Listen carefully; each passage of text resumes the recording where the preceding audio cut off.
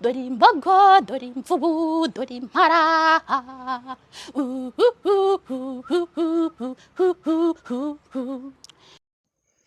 mukomeze kwihangana ndetse ntabwo ari inkuru nziza ku makuru yamenyekanye ku muvandimwe wacu Vava wari uzwi ku izina rya dore imbogo dore imvubu disi akaba yitabye Imana uyu munsi wa none tariki 27 z'ukwezi kwa karindwi umwaka w'ibihumbi 2024 mu masaha y'igitondo. Iyi ni Kabasi TV show. Reka tuganire n'umuvandimwe we ndetse mubyara we bivuga ko bakuranye bakaba banabanaga mu buzima busanzwe, akaba afite icyo ashaka kutumenyesha dore ko bivugwa ko yaba yazize uburozi cyangwa akaba yarozwe. Ni Kabasi TV, reka twumve uyu mubyara we icyo agiye kutugezaho dushobore kumwihanganisha nawe kandi tumube hafi. Ni Kabasi TV show, utibagirwa gukora subscribe. Mwese turabakunda badukurikirana. Ako biravuga kuri mubyara we. None se nabihakana. Ndetse amakuru yakugezaho usanga ati aho wamusuriye wabonye bimeze bite? Dore imbogo rero nta nubwo yararwaye cyane uretse ko yagiye hita abantu bamwanga gusa abantu bari aho ngaho baciriritse bakavuga ngo yakize cyane. Urebye se yararwaye kimwe bageze ku bitaro. Baramuvuye babura indwara. Wa muntu ndi kubura nuko bivuga. Mubyara wanjye mwana arapfuye. Ariko bikaba bivuga ko asize atavubyaye umwana n'umwe. Dore imbogo wabonaga yagenda adashatse ngo agende mu bigaragara agiye ku mugabo runaka uzwi. Yari afite umugabo se? Oya, yari afite inzozi zo kuzashakana n'umugabo nyine akagenda agasezerana rwose, zari inzozi ze kuva mu bwana bwe twakuranye rwose, ariko yari arinze angana kuriya dore ko nta nubwo yari mukuru cyane rega. Urebye yari mu myaka ingahe? Bava ni nka 26 n'umuntu ngaho.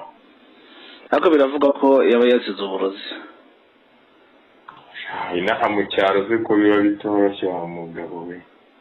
Si baba ari abiwanyu kwikaritsiye muturukamo cyangwa ku gice muturukaho cyangwa mu karere muturukamo baba baramwohereje uburozi cyangwa n'abanyakigali bo muri entertainment baba baramugiriyeyo? Arega ukurwanya ntabwo aturuka kure, ntabwo umuntu yaba akuzi ngo aza kurwanya, kandi umuntu uzi neza ko akurenzeho ngo yirirwa kurwanya n'ababiritse rwose baho ngaho muri karitsiye duturanye nibo bamurangije pe. Nkawe mubyara we wenda mwakuranye urebye gushyingura bizaba nka ryari? Waduha ku makuru y'ibijyanye no gushyingurwa, abafana bamukundaga cyangwa bamukurikiranaga bakazitabira kuza gushyingura bibaye ngombwa? Umunyamakuru we nawe uri kumbaza ibibazo byinshi pe. Kagusabaga ntabwo ari itegeko, ubaye ubishoboye watubwira ese bazashyingura he, ko babyumvishe nka muvandimwe we, ese bazashyingura he ryari, ese yasengeraga muri idini nkawe mubana cyangwa mwakoranye? Bava nuba wenda amakuru naguhaho. Ubu tubona yajyanwe mu bitaro kugira ngo babanze bari mu buruhukiro. Banze bakora isuzuma na raporo neza y'icyamuhitanye. Ntabwo umuntu ajya kuko ngo bagenda bahita bamutanga gutyo ngo bamushyingure. Birumvikana. Bagomba gukora icyitwa autopsy bakamenya ngo yazize iki nyirizina mu mubiri we. Biri mu gukorwa haruhukiye mu bitaro. Ni inkuru nababashe bigoye kuvuga gusa Vava yari umuntu rwose utenge cyane, umuntu ukijijwe w'umurokore utaranywaga inzoga na gato.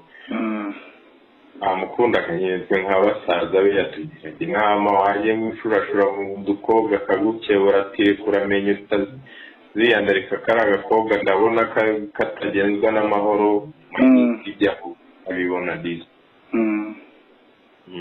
Rero gusa ku bijyanye no gushyingurwa byose ntabwo byabyuka biba ngo bikorwe imiryango no hino tugomba kuyituza ntabwo turamenya neza icyo umuryango wanzura mukuru kuko ntabwo ari njye mukuru w'umuryango ntabwo baraduhereza neza amatangazo y'uko biri buze ntabwo ntabwo barabitubwira neza ngo barebe mu muryango babitubwire neza nanjye ubu ngubu ahantu ndi ntari hafi neza y'ahatuye ntahize n'aya makuru nyamenye mu masaha makeya ntabwo byantunguye kubera akazi kenshi ndumva naba mbahaye iyo ngayo rwose turabashimiye mukomeze mwihangane nibishoboka kuba twabonye nimero yanyu nibidushobokera rero tuzongera tubavugishe dusobanukirwe ikijya mbere cyangwa se n'ibintu ngombwa tube twabageraho ahantu muzakorera ikiriyo dore ko turi ahangaha hafi mu mujyi wa Kigali binabaye ngombwa ko ari mu karere cyangwa se mu ntara twahagera tukaza kwifatanya namwe tukanafata mu mugongo murakoze cyane mukomeze kwihangana namwe murakoze Imana ibahe umugisha